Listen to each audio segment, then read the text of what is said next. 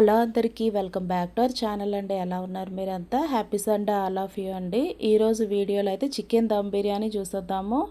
మన ఛానల్లో చాలాసార్లు అయితే షేర్ చేశానండి చికెన్ దమ్ బిర్యానీ. బట్ ఇది వచ్చేసి ప్రాసెస్లో కొద్దిగా డిఫరెంట్ అనమాట. డిఫరెంట్ అంటే మనం వాడే ఇంగ్రీడియంట్స్లో కొంతవరకు వేరియేషన్ ఉంటుందంతే.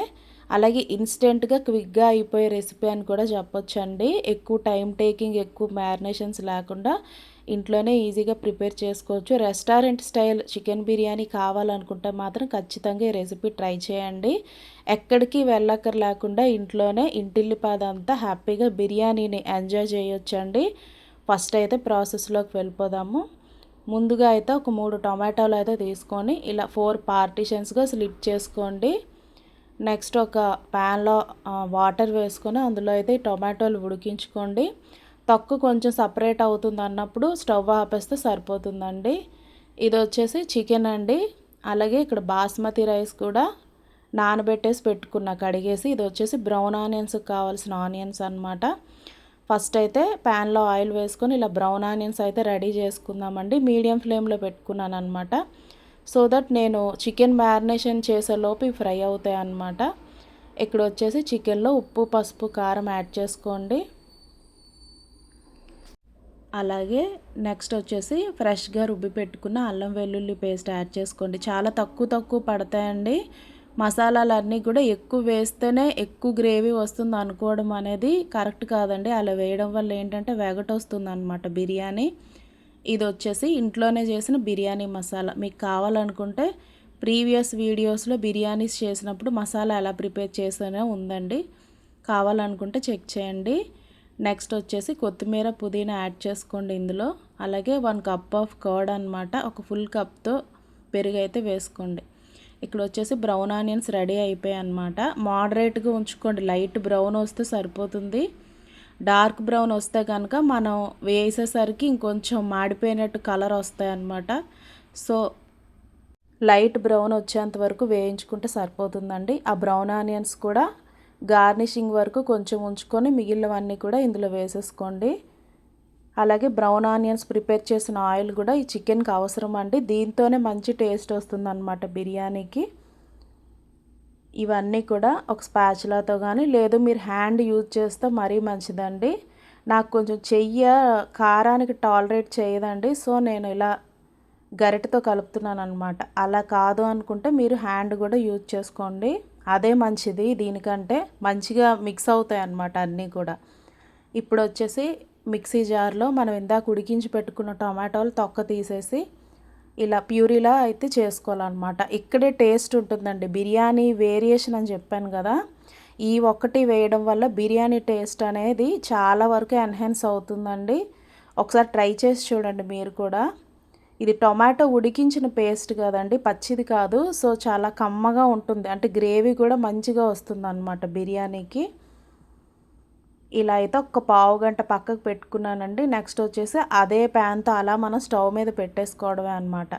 పెట్టుకొని ఇలా మీడియం ఫ్లేమ్లో పెట్టుకుంటే వాటర్ అనేది దానిలోంచే వస్తుంది అనమాట. మనం వేయాల్సిన అవసరం లేదు. ఇది ఇలా అవుతూ ఉంటుందండి. సైమల్టేనియస్గా ఇంకొక స్టవ్ పైన మనం బిర్యానీ రైస్కి కావాల్సిన ప్యాన్ అయితే పెట్టుకోవాలన్నమాట. బిర్యానీ గిన్నె పెట్టుకొని అందులో కొద్దిగా ఆయిల్, కొద్దిగా నెయ్యి వేసుకోండి. వేసుకొని కొంచెం వేడెక్కిన తర్వాత పచ్చిమిర్చి వేసుకోండి మీ కారానికి తగ్గట్టుగా. నాకైతే ఇవి సరిపోతాయండి, ఎక్కువ స్పైసీ తినలేము మేము. సో ఇలా వేసాము. అలాగే ఇందులో అల్లం వెల్లుల్లి పేస్ట్ కూడా యాడ్ చేసుకొని మంచిగా ఫ్రై అయిన తర్వాత బిర్యానీ ఉడకడానికి ఎంత వాటర్ కావాలో అంత వాటర్ ఇందులో వేసుకొని ఒక బాయిలింగ్ వచ్చిన తర్వాత ఇలా సాల్ట్ యాడ్ చేసుకోండి. ఎంత సాల్ట్ పడుతుందో అంత సాల్ట్ యాడ్ చేసుకొని కొత్తిమీర, పుదీనా కూడా వేసుకొని ఇందులో మనం రైస్ యాడ్ చేసుకోవడమే. అరగంట పాటు మనం నానబెట్టాం కదా బాస్మతి రైస్ అయితే ఇందులో వేసుకోండి. నెక్స్ట్ ఈ చికెన్ ఉంది కదండి, మనం ఇందాక వాటర్ రిలీజ్ అవుతూ ఉంది, అది 50% ఉడికిన తర్వాత 80% ఉడికిన ఈ బాస్మతి రైస్ని అయితే ఇందులో వేసేసుకోవాలన్నమాట. ఎప్పుడు అయితే చికెన్ కొద్దిగా దగ్గరగా అయ్యేంత వరకు చేసాం కదండి ప్రాసెస్, ఇది అలా కాదు. చికెన్ అనేది ఒక 50% బాయిల్ అయితే సరిపోతుంది అన్నమాట. మనం ఈ 80% ఉడికిన ఈ బాస్మతి రైస్ని ఇందులో వేసుకొని దమ్ పెట్టుకోవడం అంతే అండి. రెండు సైమల్టేనియస్గా ఒకేసారి చేసుకుంటే ఫటాఫట్ అయిపోతుంది రెసిపీ. ఇది వచ్చేసి ఈ రైస్ ఉడికించిన నీళ్ళు ఉన్నాయి కదండి, అవి పక్కకు పెట్టుకున్నాను. ఒక హాఫ్ టీ కప్ వరకు వేయడం వల్ల చికెన్ రైస్ అనేవి మళ్ళీ కలిపి ఉడుకుతాయి అన్నమాట. టేస్ట్ అనేది మంచిగా వస్తుంది. ఇప్పుడు వచ్చేసి కొత్తిమీర, పుదీనా, రిమైనింగ్ బ్రౌన్ ఆనియన్స్ కూడా దీనిపైన గార్నిషింగ్ చేసుకోండి.